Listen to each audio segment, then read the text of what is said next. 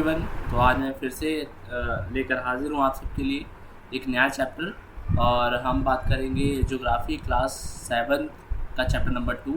जैसे कि आप स्क्रीन पे देख रहे होंगे कि चैप्टर का नाम है इनसाइड आवर अर्थ, है ना। कि हमारा जो पूरा अर्थ है उसके अंदर क्या क्या चीज़ें हैं, इनसाइड क्या क्या है ना। तो हम उसके बारे में डिस्कशन करने वाले हैं। फ़िलहाल के लिए मैं थोड़ी सेटिंग्स कर लेता हूँ ताकि कोई प्रॉब्लम ना हो। एक मिनट बस। ठीक, मैं यहाँ रख लेता हूँ उसको। ठीक है, तो आगे बढ़ते हैं और समझने की कोशिश करते हैं कि चैप्टर के अंदर क्या है। तो हेडिंग से ये पता चल रहा है कि हम अर्थ के अंदर पढ़ने वाले हैं। पिछली वाली वीडियो यानी कि जो चैप्टर नंबर 1 है उसमें हमने सीखा था कि इन्वायरमेंट क्या होता है, ठीक, और ह्यूमन कैसे कैसे इंटरेक्ट किए हैं। इस वाले चैप्टर में आप पढ़ने वाले हो इनसाइड आवर अर्थ, कि अर्थ के अंदर क्या है। ठीक है, तो इंट्रोडक्शन क्या दे रहा है कि इंट्रोडक्शन ये दे रहा है कि earth our homeland is a dynamic planet. यहाँ वर्ड है डायनेमिक प्लैनेट। इसका सिंपल सा मतलब है कि अर्थ जो हमारा प्लैनेट है वो स्टैटिक नहीं है, यानी रुका हुआ नहीं है एक तरीके से, मतलब हर जगह सेम नहीं है, अलग अलग है, डायनेमिक है, चेंज होता रह रहा है। ठीक है, यहाँ मैं स्पीड की बात नहीं कर रहा हूँ, यहाँ मैं ये बात कर रहा हूँ कि जैसे मान लीजिए ये सर्कल, ये हमारा क्या हो गया, अर्थ हो गया। ठीक है, अब ये कह रहा है सिंपल सी बात कि इसके इतना अंदर जाओगे तो आपको हीट कुछ और मिलेगी, इसके और अंदर जाओगे तो हीट कुछ और मिलेगी, इसके और अंदर जाओगे तो हीट कुछ और मिलेगी। तो इस तरीके से डायनेमिक है ना, एक जैसा नहीं है। It is constantly undergo changing in inside and outside, यानी कि हमेशा बदल रहा है, धीरे धीरे करके बदल रहा है, अंदर भी और बाहर भी। बाहर से भी देखोगे तो भी बदल रहा है और अंदर से भी देखोगे तो भी चेंज उसमें आ रहा है। ठीक है, एक मिनट। ठीक, तो इसमें चेंज आ रहा है। Have you ever wonder what lie inside the interior of the earth and what is the earth made up of, यानी अर्थ किससे बना है और उसके अंदर क्या होगा। क्या आपको कभी वंडर हुआ है, जानने की इच्छा हुई है ये सारी चीज़ें? तो आओ ज़रा डिस्कस कर लेते हैं। सबसे पहले यहाँ पे थोड़ा पढ़ लेते हैं कि जो डीपेस्ट माइन है, ठीक है, वर्ल्ड की, वो अफ्रीका के अंदर है, लगभग 4 किलोमीटर डीप है। और उसमें सर्च किया गया था, ऑयल इंजीनियर वगैरह डग कर रहे थे, और एक होल किया है 6 किलोमीटर का, ठीक है, डीप। ठीक है, एक चीज़ याद रखना, to reach the centre of the earth जो पॉसिबल नहीं है, आपको कम से कम 6000 किलोमीटर तक का हॉल करना पड़ेगा, तब जाकर आप एक सीधे सेंटर पे पहुंच पाओगे। ठीक है, आगे बात करते हैं और डिस्कस करते हैं इंटीरियर ऑफ द अर्थ पे। ठीक है, ये आप थोड़ा सा अभी जब आप थोड़ा पढ़ लोगे और जब ये पूरा चैप्टर कंप्लीट करा दूंगा तो मैं इसको समझाऊंगा और फिर आपको समझ आ जाएगा सब कुछ। ठीक, तो यहाँ पे शुरुआत करते हैं। कह रहा है just like an onion the earth is made up of several concentric layers. Concentric layer मतलब होता है जो सर्कल की लेयर होती है ना, उस तरीके से। अनियन को अगर ध्यान से देखो उसमें कई सारे कॉन्सेंट्रिक लेयर्स होती है जिसको हम छिलते रहते हैं ना, इस तरीके से। जो पनीर टिक्का वगैरह जो बनता है तो उसमें वही डाला जाता है। ठीक है, उसी कॉन्सेंट्रिक जो लेयर होती है वही अनियन की डाली जाती है। खैर, तो सेवरल कंसेंट्रिक लेयर जैसे अनियन में होती है, वैसे हमारे अर्थ के अंदर, इस प्यारे अर्थ के अंदर बहुत सारी लेयरिंग की गई है, बहुत सारी लेयर बनाई गई है। ठीक है, ठीक है, तो उसके बाद कह रहे हैं अपर मोस्ट लेयर जो होती है अर्थ सरफेस की, इसको हम क्या कहते हैं, क्रस्ट कहते हैं। इसको क्रस्ट कहते हैं।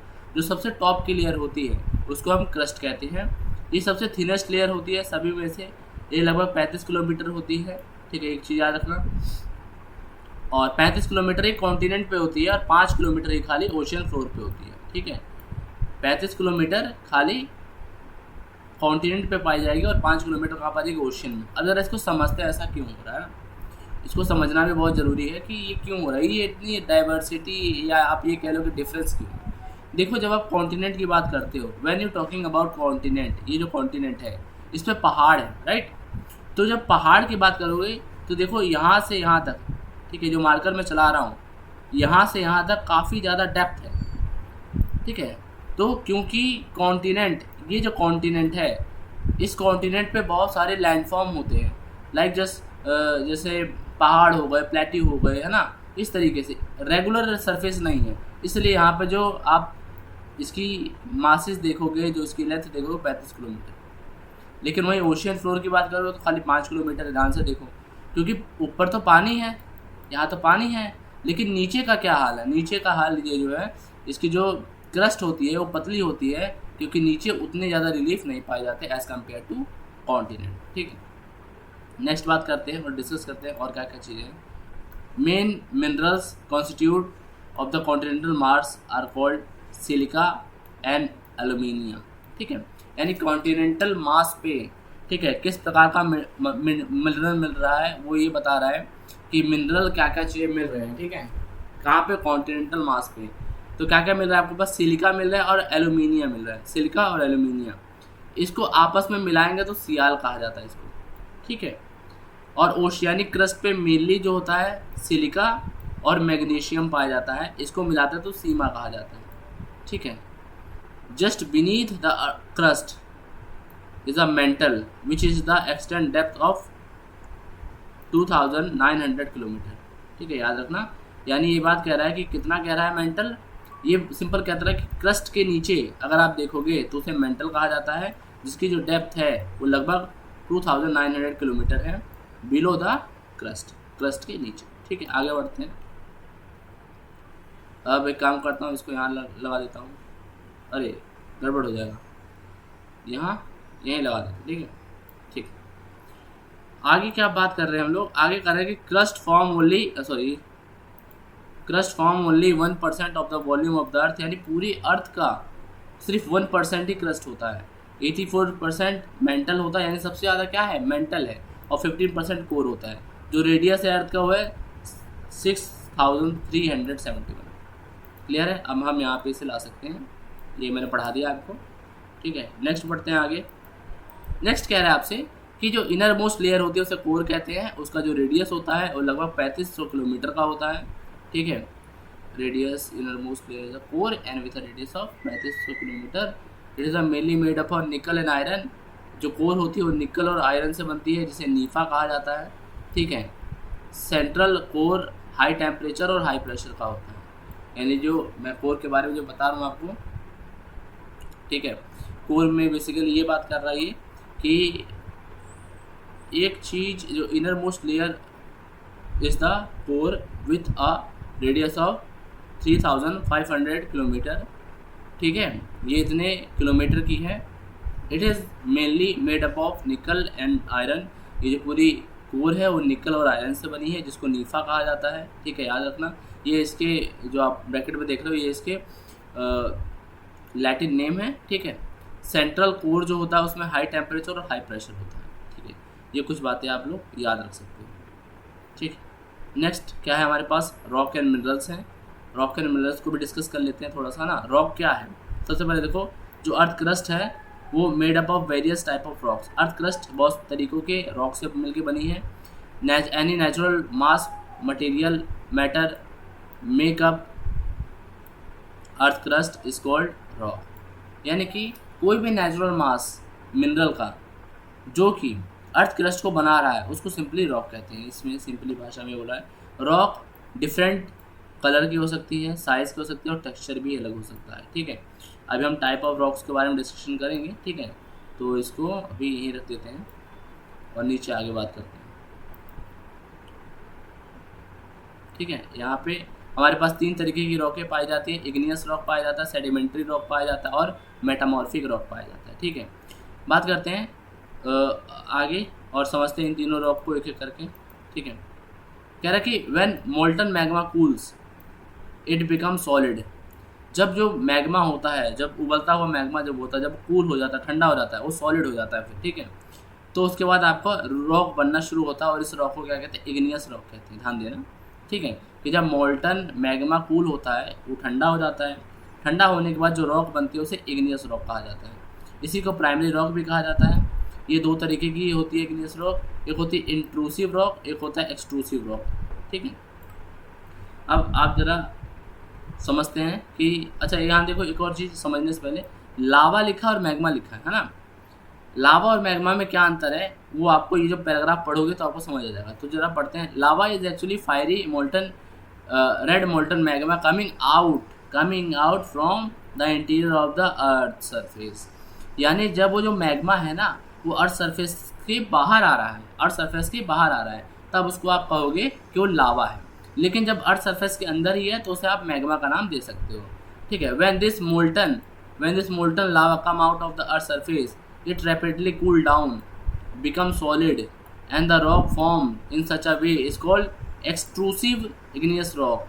सिंपल भाषा में बोलूँ तो जब जो वो मैग्मा है वो बाहर आएगा, लावा को रूप लेगा, और उसके बाद जब लावा ठंडा हो जाएगा और उससे एक रॉक बनती है इग्नियस रॉक, लेकिन वो कौन सी वाली होगी? एक्सट्रूसिव होगी।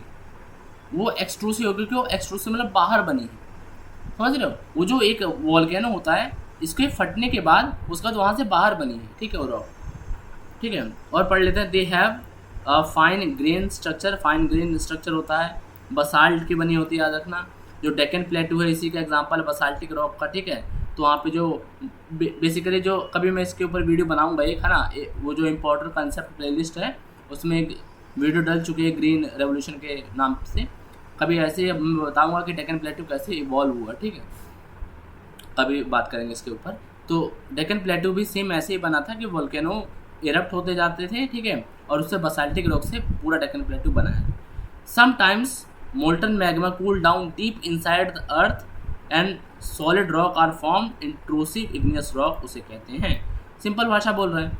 सिंपल भाषा क्या बोल रहा है कि कभी कभार क्या होता है कि मैग्मा को उतना ज़्यादा फोर्स नहीं मिल पाता नीचे से, तो जब नहीं मिल पाता तो वो वहीं अंदर उस वोल्केनो के अंदर ही ठंडी हो जाती है, और जब वोल्केनो के अंदर ठंडी हो जाती है तो उससे क्या होता है, वहीं रॉक बनना स्टार्ट हो जाती है। इसी को इंट्रूसिव इग्नियस रॉक कहा जाता है, ठीक है। यानी इग्नियस रॉक क्या है? जो मोल्टन मैग्मा से बन रही है। अब बाहर बन रही है तो एक्सट्रूसिव, अंदर बन रही है तो इंट्रूसिव, सिंपल भाषा। उसके बाद वो कूल डाउन स्लोली हो जाते हैं, वो लार्ज ग्रेन होते हैं, उसमें स्मॉल ग्रेन थे, इसमें लार्ज ग्रेन। ग्रेनाइट इसका एग्जांपल है किसका? इंट्रूसिव इग्नियस रॉक का, ठीक है, ठीक। अब यहाँ देखो सेडिमेंट्री रॉक के बारे में थोड़ा पढ़ते हैं, समझना इस चीज़ को।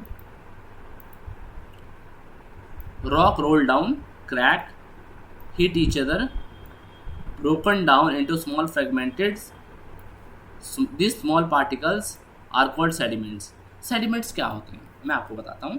मान लीजिए सपोज कि एक रॉक है, ठीक है, अब वो रोल डाउन कर रहा है, ठीक है, एक रॉक से दूसरे रॉक से आपस में टकरार हो रही है, ठीक है, कोलिजन हो जा रहा है, फिर उसके कुछ चूरे जो ब्रेक डाउन हो जा रहे हैं ना। तो इस तरीके से जो ये सारी एक्टिविटी हो रही है, ठीक है, जो एक तरीके से फाइन ग्रेन यानी चूरा बन रहा है जो, उसी को सेडिमेंट कहते हैं सिंपल भाषा में, ठीक है। अब क्या होता है, ध्यान से समझना, मोस्ट इंपॉर्टेंट है, ये जो मैंने सेडिमेंट बोला ये ट्रांसपोर्ट होता है, एक जगह से दूसरी जगह जाता है। किसके जरिए कौन करता है? बाय विंड या वाटर। या तो हवा कर सकती है या तो वाटर कर सकता है, दोनों में से कोई एक काम कर सकता है, ये वाला काम, ठीक है। तो जब वो ट्रांसपोर्ट होता है, loose sediments are compress and harden to form the layer of a rock. अब क्या होता है, ये जो सेडिमेंट्स होते हैं ये लूज होते हैं, ठीक है, तो इन्हें कंप्रेस आसानी से किया जा सकता है, और कंप्रेस करने के बाद बहुत टाइम के बाद ये हार्ड रॉक के रूप में बदल जाते हैं, यानी लेयरिंग होती है इसमें। लेयर ऑफ रॉक लिखा है ना यहाँ पे, लेयर ऑफ रॉक होता बेसिकली ये है कि जैसे मान लो हवा के जरिए कोई सेडिमेंट्स आया यहाँ पे, ठीक है, अब वो क्या हो रहा है, और भी उसके ऊपर एक और परत बन गई, कुछ और आया, कुछ और आया, कुछ और आया, तो इस तरीके से ना एक पूरा शेप ले लेता है। क्या ले लेता है? एक शेप ले लेता है। ये एक प्रकार का एक लेयर ऑफ रॉक हो जाता है। और जब आप लेयर ऑफ रॉक होता है तो इसी टाइप के रॉक को क्या पढ़ते हैं हम? सेडिमेंट्री रॉक पढ़ते हैं। इसी तरीके के रॉक को हम सेडिमेंट्री रॉक पढ़ते हैं। और इसका एग्जांपल अगर आप देखोगे तो सैंडस्टोन एग्जांपल है, जो कि ग्रेन ऑफ सैंड का बनता है, यानी सैंड जो होती है, जो रेत होती है, उसी से सैंडस्टोन पत्थर पूरा लेयरिंग की मदद से सेडिमेंट्री रॉक में चेंज होता है, ठीक है। These rock may also contain fossil of animals, plant and other microorganism that once lived on। अब क्या बोल रहा है कि ये जो सेडिमेंट्री रॉक होती है ना, इसमें फॉसिल फ्यूल भी होते, मतलब फॉसिल्स भी होते हैं। फॉसिल्स इन द सेंस क्या है? जो डेड एनिमल्स होते हैं, डेड प्लांट्स होते हैं, ठीक है, उनके रिमेन्स जो होते हैं उन्हीं को फॉसिल कहा जाता है। तो उसमें वो बता रखा है कि वो सब भी इसी के अंदर पाए जाते हैं। Igneous and sedimentary rock can change into metamorphic rock under a great heat and pressure। For example, clay change into slate and limestone into marble। अब मैं आपको मेटामॉर्फिक रॉक बताता हूँ, बहुत ही सिंपल है, ठीक है, और इजी भी है, तो कोई भी दिक्कत नहीं आएगी, ठीक है। तो समझते हैं जरा क्या मैं बोल रहा हूँ। सिंपल भाषा ये है कि इग्नियस रॉक हो गई या सेडिमेंट्री रॉक हो गई, ये अपने फॉर्म को चेंज कर सकते हैं, किसमें? मेटामॉर्फिक रॉक में। कैसे, ये मैं बताता हूँ। ग्रेट हीट और ग्रेट प्रेशर चाहिए, दो ही चीज़ चाहिए। क्या चाहिए? हीट चाहिए ग्रेट नंबर में और प्रेशर चाहिए। अगर हीट और प्रेशर दोनों मिल जाती है तो इग्नियस और सेडिमेंट्री दोनों ही मेटामॉर्फिक में चेंज हो सकते हैं। मेटामॉर्फिक का मतलब ही होता है, अगर आप शब्द का मतलब जानोगे तो फॉर्म चेंज फॉर्म, इस तरीके का कोई मतलब होता है। ठीक है, तो आप समझ सकते हो कि जब इग्नियस और सेडिमेंट्री रॉक चेंज हो जाए मेटामॉर्फिक में, कौन कौन सी कंडीशन? दो कंडीशन, ग्रेट हीट और ग्रेट प्रेशर। कैसे एग्जांपल दिया है कि क्ले जो होती है वो आपकी स्लेट में बदल जाती है, क्ले स्लेट में बदल जाती है, लाइमस्टोन मार्बल में बदल जाता है। तो ये कुछ एग्जांपल हैं मेटामॉर्फिक रॉक। ठीक है, नेक्स्ट आगे बढ़ते हैं और समझते हैं आगे क्या क्या है। अब बाकी ये वही यूज़फुल तरीके बता रहा है। रॉक बहुत यूज़फुल है हमारे लिए। हार्ड रॉक जो होते हैं यूज्ड होता है कहाँ पे? मेकिंग रोड्स, हाउस, बिल्डिंग्स, इन सबको बनाने के लिए इस्तेमाल किया जाता है। यू यूज़ स्टोन, बहुत सारी गेम्स खेलने के लिए आप इस्तेमाल करते हो, जैसे 7 स्टोन, पित्थो करके है कोई, ठीक है, और स्टापू किट किट किट करके कोई गेम है, 5 स्टोन, गिटी है ना, गिटी वगैरह जो खेलते हैं। तो ये सब कुछ गेम्स है जिसमें रॉक आप इस्तेमाल करते हैं। ठीक, बाकी ये देखो, ये जो हमारा रेड फोर्ट है ये बना है सैंडस्टोन से, और आपको ताजमहल तो पता ही मार्बल से बना, वाइट मार्बल से। ठीक है, उसके बाद आप एक चीज़ पढ़ो और इम्पॉर्टेंट है, you will be surprise to know that one type of rock change to another type of rock under certain condition in cyclic manner. यानी कि क्या होता है, रॉक आपस में चेंज भी होते रहते हैं। इग्नियस सेडिमेंट्री बन सकती है, सेडिमेंट्री जो है इग्नियस बन सकती है, इग्नियस मेटामॉर्फिक बन सकता है, मेटामॉर्फिक इग्नियस बन सकता है, और मेटामॉर्फिक फिर सेडिमेंट्री भी बन सकता है, सेडिमेंट्री फिर मेटामॉर्फिक, यानी पूरा साइक्लिक मैनर। यानी पूरा एक तरीके से अगर मैं बताऊँ आपको तो ये रहा सर्कल। अरे ये क्यों दिखा रहा हूँ, नीचे है ही तो, ये रहा देखो, इसको समझो जरा, है ना। मैग्मा है, ठीक है, मैग्मा कूल डाउन होगा तो क्या बनेगा? इग्नियस बनेगा। इग्नियस, अब यही इग्नियस जब हवा या फिर रेन चलेगी तो इरोजन होगा इसमें, है ना। इरोजन से सेडिमेंट्स बनेंगे, सेडिमेंट्री बन जाएगा। सेडिमेंट्री में जब ग्रेट प्रेशर लगेगा तो मेटामॉर्फिक बन जाएगा। मेटामॉर्फिक कैसे चेंज हो सकता है? Under the heat, under the great pressure, जब धरती के अंदर जाता है ना, लावा से मिलता है तो लावा में फिर कंबाइन होकर फिर इग्नियस बन जाता है। तो ये पूरा साइकिल चलता रहता है। ठीक है, और अगर आप यहाँ पढ़ोगे तो ये उसी की बात कर रहा है। ठीक है, यही जो प्रोसेस है, जो साइक्लिक मैनर है चेंज होने का, एक पत्थर दूसरे पत्थर में जब चेंज हो जाता है, इसी प्रोसेस को, ट्रांसफॉर्मेशन ऑफ रॉक को फ्रॉम वन टू अनदर, इसको कहते हैं साइक्लिक रॉक। मेन इंपॉर्टेंट है, देखा रखना कि साइक्लिक रॉक किसे कहते हैं, इसी को कहते हैं। इनमें क्या क्या इंपॉर्टेंट पॉइंट्स है याद रखो। यहाँ पे देखो, one type of rock change to other type under certain condition. ठीक है, this process of transformation of rock from one to another is called cyclic. ठीक है, आप ये याद रखना, रॉक साइकिल कहते हैं। ठीक है, बाकी यहाँ पे भी बता रखा है जो मैंने भी बताया। ठीक है, कि मोल्टन मैग्मा कूल हो जाता है, फिर सॉलिड हो जाता है। ठीक है, फिर ये क्या बन जाता है? इग्नियस रॉक बन जाता है। फिर ये इग्नियस रॉक जब ब्रेक डाउन होता है स्मॉल पार्टिकल्स में और ट्रांसपोर्ट होता है इधर से उधर तो सेडिमेंट्री बन जाता है। वही जो मैंने बताया, अगर आप ध्यान से सुन लोगे तो पूरा क्लियर हो जाएगा। उससे क्या होता है, इग्नियस और सेडिमेंट्री जब ग्रेट हीट और प्रेशर पड़ता है तब वो मेटामॉर्फिक बन जाता है। ठीक है, तो आप ये चीज़ समझ सकते हो। आगे देख लेते हैं, या लास्ट हमारे पास है कि rock are made up of different material, different material से रॉक बनते हैं। Materials are naturally occurring substance. Minerals क्या होता है, सॉरी अगर मैंने मटेरियल बोला हो, सॉरी, वो मिनरल्स है basically. Minerals are naturally occurring, यानी प्राकृतिक वो आते हैं सब्सटेंस, ऐसे कुछ होते हैं जिनमें कुछ फिजिकल प्रॉपर्टीज़ होती हैं, डेफिनेट केमिकल कंपोजिशन होता है, यानी केमिकल कंपोजिशन उनका चेंज नहीं हो सकता। फिजिकल प्रॉपर्टी मतलब वो आपको देख सकते हो ना, फिजिकली उसे देख सकते हो। मिनरल्स बहुत इंपॉर्टेंट होते हैं ह्यूमन काइंड के लिए, जैसे फ्यूल हो गया, उसको हम फ्यूल के लिए इस्तेमाल कर सकते हैं मिनरल्स को। जैसे कोल हो गया, कोल आपको पता होगा बहुत सारी इलेक्ट्रिसिटी पावर प्लांट वगैरह में यूज़ होता है। नेचुरल गैस हो गया, वहाँ यूज़ होता है। पेट्रोलियम भी यूज़ होता है। ठीक है, तो ये सब क्या फ्यूल है, ये सब मिनरल्स हैं। ठीक है, ये इंडस्ट्री में भी यूज़ किए जाते हैं, जैसे आयरन हो गया, एल्यूमिनियम हो गया, गोल्ड हो गया, यूरेनियम हो गया, है ना, मेडिसिन वगैरह में और फर्टिलाइज़र वगैरह में भी इनका इस्तेमाल होता है। ठीक, तो बेसिकली हमारा चैप्टर कंप्लीट हो गया है। अभी मैं आपको ज़रा डायग्राम बता देता हूँ, है ना। देखो ये है डायग्राम, है ना, इसको आप समझना ज़रा। मैं थोड़ा पेन ले लूँ, और ठीक। तो क्या है, ये रहा है कि जो आप ऊपर देख रहे हो, ये जो ऊपर देख रहे हो इसको बोलते हैं क्रस्ट। ठीक है, और इसी जो क्रस्ट है उसके थोड़ा सा नीचे आओगे ना तो ये लिथोस्फेयर की थोड़ी लेयर मिलती है, यानी लैंड की लेयर मिलती है। पिछले अगर जिसको नहीं पता लिथोस्फेयर क्या है, please go back and chapter 1 read करो, उसे मैंने करवा रखा है, उसमें देखिए, उसमें लिथोस्फेयर बता रखा है। उसके बाद जब लिथोस्फेयर ख़त्म हो जाता है तो यहाँ पे कितना बड़ा मेंटल की कवरिंग आती है, ठीक है, मेंटल, ठीक है। ये है कोर बाउंड्री मेंटल की, ये जो कोर बाउंड्री है, मेन जो बाउंड्री है वो यही है। उसके बाद आप देखोगे कि यहाँ पर जो कोर की बाउंड्री आप देख रहे हो, ये एक्चुअली ये भी रेड है और मेरा पेन भी रेड है, दोनों रेड है तो आपको नहीं दिख रहा होगा। ये जो आप देख रहे हो, ये जो कोर की बाउंड्री है, इसमें दो कोर होते हैं, एक इनर कोर होता है अंदर की तरफ, एक आउटर कोर होता है बाहर की तरफ, ठीक है। तो बेसिकली ये डायग्राम थोड़ा बहुत आप देख लेना, ठीक है, ज़्यादा इसमें कुछ है नहीं। ये चैप्टर कंप्लीट हो चुका है, ठीक है। इसको जिसको ना समझ आए थोड़ा सा पीछे करके देखो, जो टॉपिक आपको नहीं समझ आ रहा है, इसमें ज़्यादा ऐसा कुछ नहीं था जो नहीं समझ आएगा आपको, बहुत बेसिक चैप्टर है, ठीक है। तो हमने कंप्लीट कर लिया है, ठीक है। अगर आपको ये वीडियो पसंद आई हो तो प्लीज़ लाइक एंड सब्सक्राइब कीजिए, अपने दोस्तों तक इसको पहुंचाइए ताकि वो भी पढ़ सकें, समझ सकें, जान सकें, ठीक है। धन्यवाद आप सभी का ये वीडियो देखने के लिए, थैंक यू सो मच।